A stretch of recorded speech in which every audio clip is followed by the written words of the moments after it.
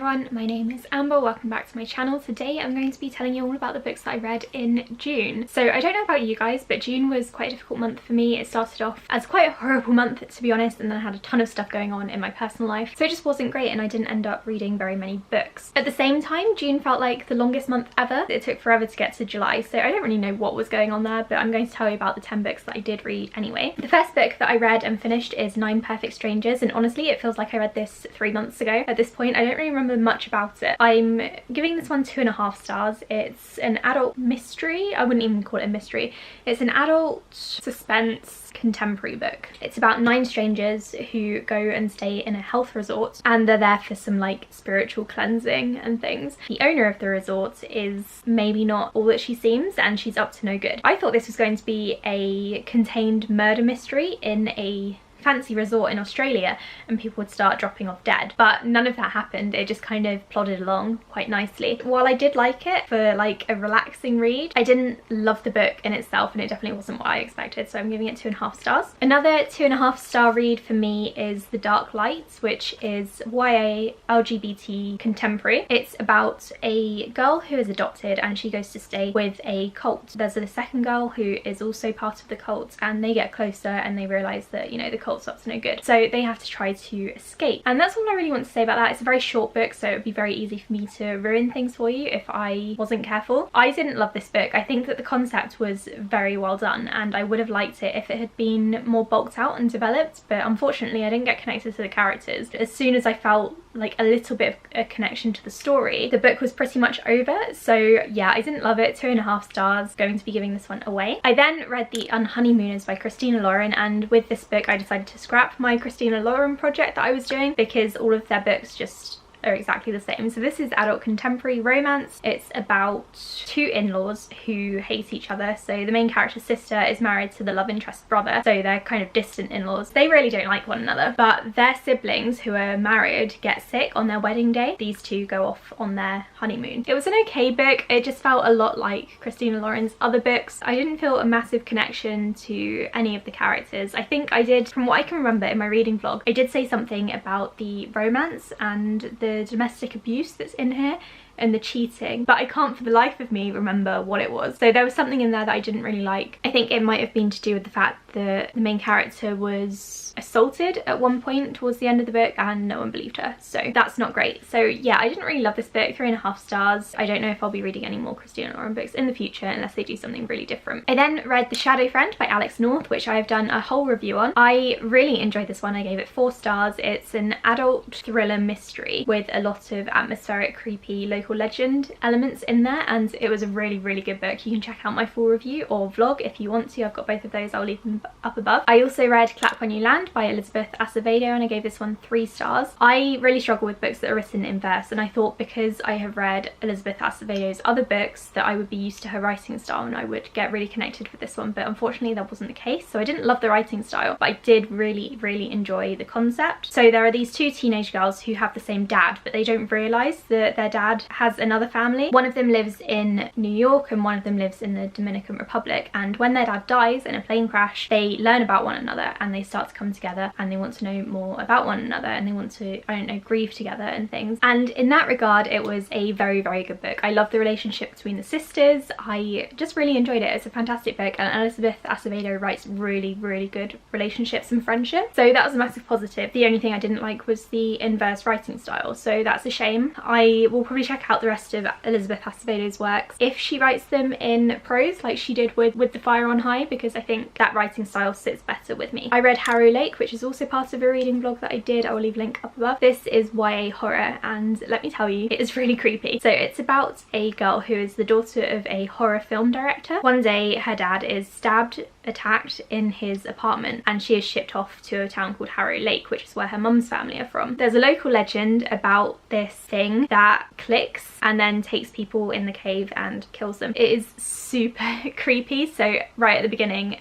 there are some really atmospheric parts, and the clicking part just really got to me, and even thinking of it now I've got goosebumps because the idea of that just gets to me. I did really enjoy this one. I gave it 3 to 3.5 stars just because it could have been a bit longer, and I think it could have been a bit more gory. and also the main character was kind of, I don't know, hateful. But at the same time, it's understandable why she's hateful, but she's just not a character who clicked with me, even though she was very well written and developed, and she did make a lot of sense.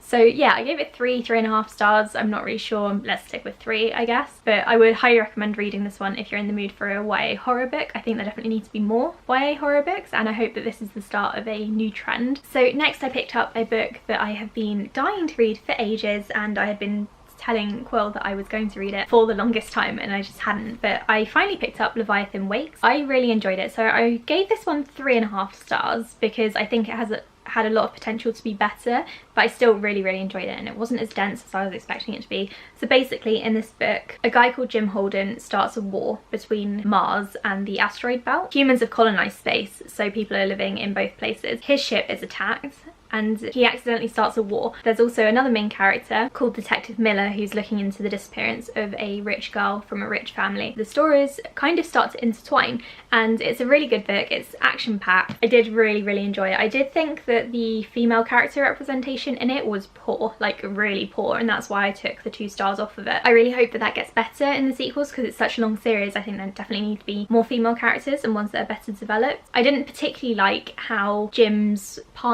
wife was killed in the first scene or the first chapter, and then later on he is interested in someone else. That didn't really sit right with me because he's meant to still be grieving. And then Miller's obsession with the girl that he's trying to find was also really creepy, and I didn't like that part at all. Like, it gave me shivers because some parts of it were just weird. Like, he was like, oh yeah, I'm in love with her, and he'd never even met her. He just liked the idea of like investigating her and things, and then that would have been fine, but then towards the end it all comes together. Them two knowing each other becomes quite important, but he doesn't know her, he's just been investigating her. So I would really like to do maybe a book talk on this, because those two, the relationships with the female characters were just odd, but I really enjoyed the world building and the universe stuff and all the space things, so that was really good. It's just the female characters and the men's relationship with them was weird, and I would not recommend reading it if you aren't prepared for that, because I don't think I would be reading the rest of the series if I didn't have some booktuber friends who loved it and assured me that it does get better, because it was poor. But I gave it 3.5 stars for the world building and all the spacey stuff and the war and things, and it was a really fast read. It's got that going for it, at least. I then picked up a book for my Reading the Rainbow challenge. You can check out that video up above. The first one was The Library of the Unwritten. This one is about a librarian who works in a section of hell, which is where all of the unwritten books go. So if an author doesn't finish a book, the manuscript gets put down into hell. One day one of the characters, one of the heroes from one of the books, escapes, goes up to Earth, tries to find his author. The main character, the librarian called Claire, has to go and find him, and then this sets off a whole bunch of things.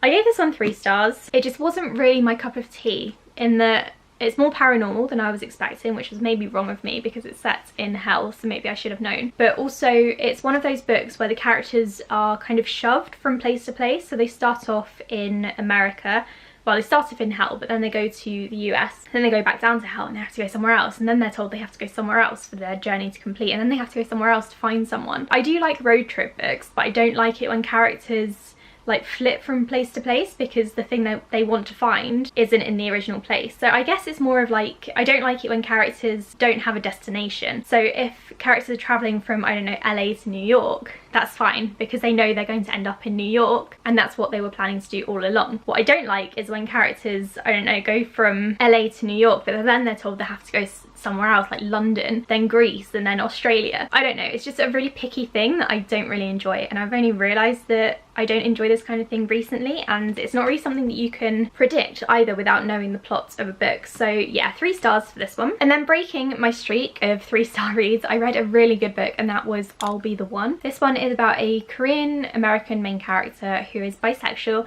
and she wants to be a K-pop star. She wants to sing and she wants to dance. So she enters a reality competition, kind of like the X Factor, but the Korean version. And she enters into the singing and dancing category. And because she is fat, which is a word that the author and the character use, which is why I'm not saying curvy or overweight, she is told that she can't be a dancer, but she's like, screw you, I can dance, I'm an amazing dancer, let me dance. So she goes on through this competition trying to prove or win the competition to show that she is both a singer and a dancer, and she meets an Instagram model, a famous Instagram model called Henry Cho, who is also participating. They get together and it's honestly such a good book. I was honestly so surprised at how much I enjoyed this one, because this one has flown so under the radar for me. It wasn't one that I was going to pick up immediately until I looked into yellow books to do for my rainbow challenge, but I'm so pleased that I did, because it's such a good book. It's fun and quirky, but not too quirky, because I have a problem with books that try to be too quirky, but it's super fun. And the main character is just a complete sweetheart, so is Henry Cho. They're both adorable. I loved the minor celebrity aspect of it as well, because obviously Henry Cho is famous on Instagram, and also the competition, the main character also starts to become kind of famous or well known, and I really like books that are kind of on the brink of fame, I guess. I don't know, I just really enjoyed it, and it's really underrated, so I'd recommend picking this one up. I gave it 4 stars, really enjoyed it, and it's one that's going to stick with me. Then finally I read The Henna Wars, which I gave 3 stars. This is another YA contemporary. This is my pink book for the Rainbow Challenge. I was expecting to like this one more, and I think the reason I didn't love it more was because I didn't love the relationship between the 2 main girls. The Henna Wars is about a girl who is Muslim living in Ireland, and for business studies at school she has to start a business for like a coursework project. So she starts a henna business, and then a Brazilian girl who's not Muslim does the same thing, because she's artsy and she's like, henna is art, it's for everyone, I'm allowed to do this. And the main character is kind of like, well no, it's my culture, it's nothing to do with you. So they kind of have a rival henna business, and then they also fall for each other. Honestly, it had the elements of everything that I love. The hate to love romance, the rivalry. I should have really enjoyed it, but I think I didn't like the romance because it wasn't developed enough for me. So the hate side of the hate to love,